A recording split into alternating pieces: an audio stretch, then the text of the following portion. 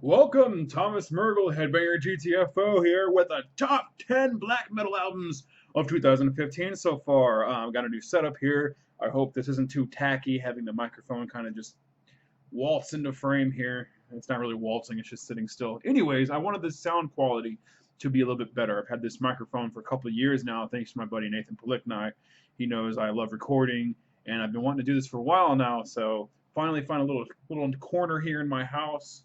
Maybe I'll hang up some posters or something so it's not so bland. Maybe I can put up my monomarth bander and a couple of posters and kind of make it death metal-y in the background while I do these videos.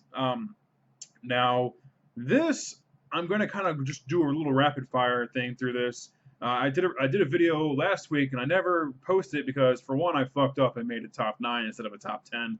Secondly, the video quality was okay and the sound quality was shit. And I have this habit of smacking the table, and it kind of shakes the video up and it overly just fucks it up. So we're a minute into this. No more intro, no more bullshit. Top 10, here we go. First one. This is in no particular order. I'm kind of just doing. I put this in order as it is, I guess. All subject to change by the end of the year, and when I do this in late December again. And I'll post probably a top 25 because I've probably listened to 300 black metal albums already, and some of them are some of them are really good, and some of them are holy shit. Everyone needs to listen to this. So, without further ado, we have Dead Spaces, The Promise of Oblivion. This is really good, depressive suicidal black metal from Australia. And what I liked about this is how unexpectedly good it was. The writing's real deep. It really portrays depressive black metal in a way where it doesn't sound all fucking weird with that sound shit. I hate those vocals. This is actually really well done. And all the bands I'll be linking down below. So check this out. Most of them these bands, they have a Bandcamp, and make sure you go listen to these. Go like them on Facebook, follow them, stalk them, so you can enjoy their music. Next up, which would be number 9, which is Svea Tabor. I'm going to butcher this. The album name is Dans la Splendeur de Dieu, and it's a really strong 5-song black metal album. And it's a solo project by a guy named Thomas Hornstein, and he put out a bunch of albums last week. This album this year with an EP.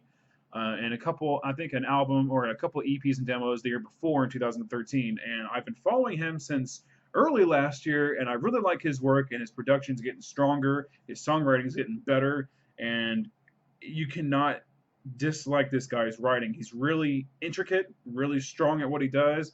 He's only like 18 years old, so this guy has a lot of potential. Once he gets going, you're not going to be able to stop him. I gave him a 9.3 on the website out of a 10. And so I like this. I have the physical copy. He sent it to me as a thank you for all the support I've done, and I'm really humbled by that, and I really appreciate it. And get this album. It's really good. Number 8 would be Archgoats, The Apocalyptic Triumphator. I rated this kind of low on the website because at first I wasn't really feeling it. It sounded just like your basic, I'm evil, look at me blast beat and play really fast. But I kept listening to it because when I want really evil, blasting, fast riff black metal, this fulfills that need. So I keep listening to it, and it's really good, and I really enjoy it. And it's just nonstop, like, fuck, Jesus. It's really good. You gotta listen to it. Really strong vocals. The production's pretty good, and it's just blasphemous black metal. It's really good shit. Okay, next up, Heathen, Shaped by Aeola Winds. No, Aeolian Winds. This is really good stuff from Fallen Empire Records. Came out earlier this year, and wasn't expecting to like this as much as I do. They have this for free on their Bandcamp, the digital version anyways, and it's really progressive in a way, really heavy, really solid songwriting, and it all just goes nonstop, and it's really fun to listen to. Very thorough stuff. So make sure you check them out. Heathens, Shaped by Aeolian Winds. Next up, is an Icelandic black metal band, also on Fallen Empire Records. Mr. Gonna butcher the name of this album. Song for Elds og Erudi. Eh, It means like the Song of Fire. I think that's what it is. I explained it on my review. This is actually, you take what Heathen was doing and you just make it more pissed off. You give it more of a, no pun intended, but fiery atmosphere to it.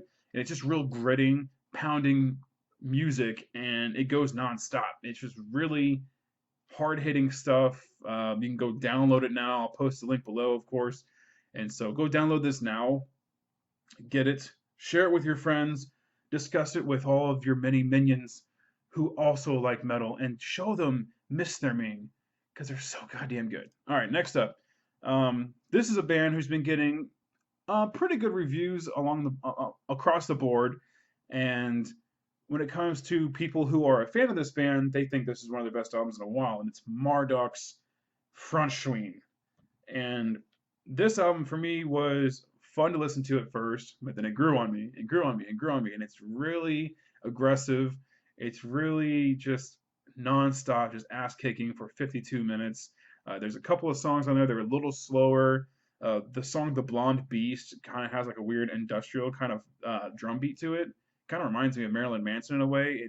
I'm gonna get shot for that or shit on in the comments, but it just reminds me of that. But in the entire album, besides that one song, is really consistent, just rolling like a tank, just storming over the hills, firing at unsuspected assholes, and just blowing them into bits. It's really good stuff.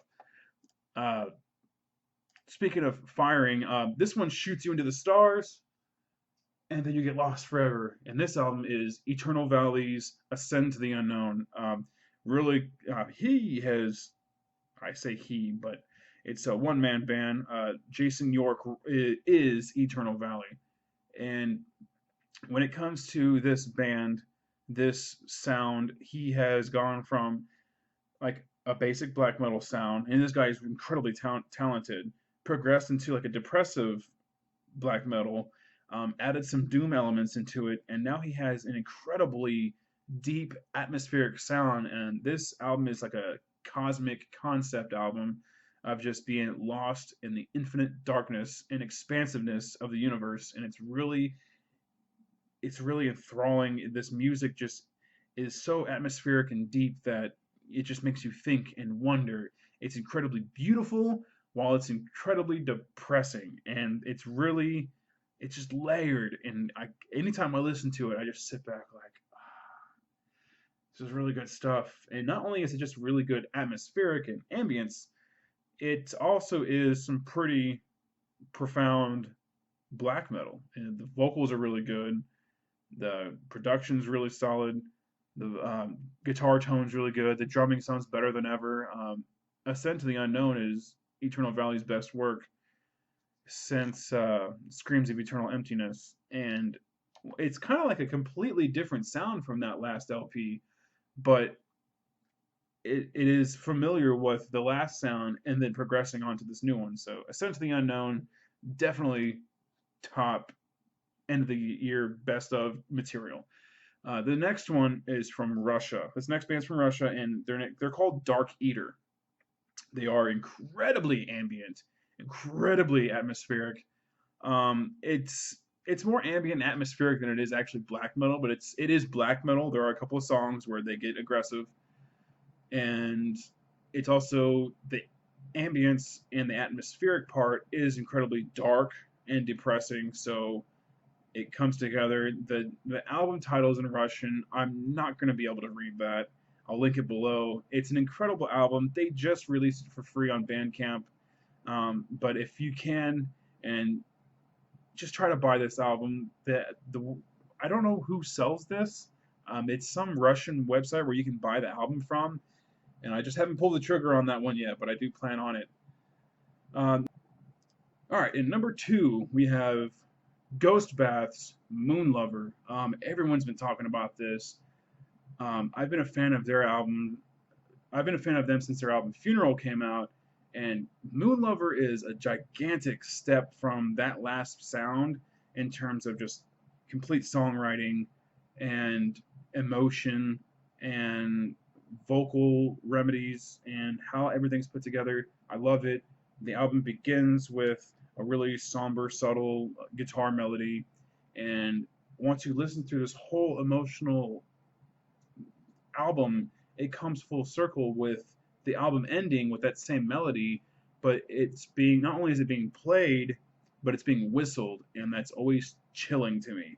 It always makes my skin crawl. It's just like you've went through this whole highs and lows. I mean, the album begins pretty optimistic, and that music is pretty up there. It seems like it's happy, it's going, the songwriting's great, and then immediately just like a roller coaster and you are in tear mode. I mean, that it just turns into complete melancholy, just incredibly dark, depressing music, and it doesn't stop from there.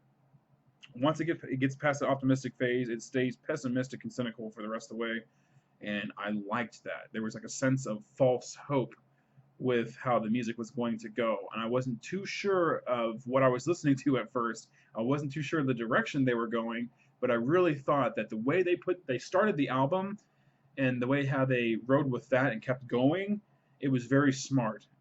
And I think Ghostbath and Moonlover really deserve all of the praise. I mean, some people are like, "Oh, no one's really listening or talking to them or talking about this album now." Well, I mean, the album dropped in, I guess officially April. I've had this since January, and everyone's been talking about it since January. But the thing is, I mean, I've listened to this probably 100 times now, and I still like it. I still want it. It's still a part of my rotation. Yes, this is a good album. But I guess on my number one though for the year, it would be Drowning the Lights from the Abyss. I've never heard of this band before. I've never paid attention to their sound. I've never really given them a chance.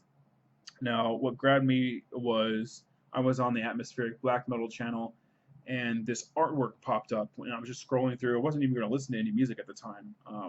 This artwork popped up, and it's amazing. It's just this huge, gigantic beast coming up from the ocean, and it's just got a whole bunch of teeth. Really, it's like glowing eyes, but still incredibly ominous and dark.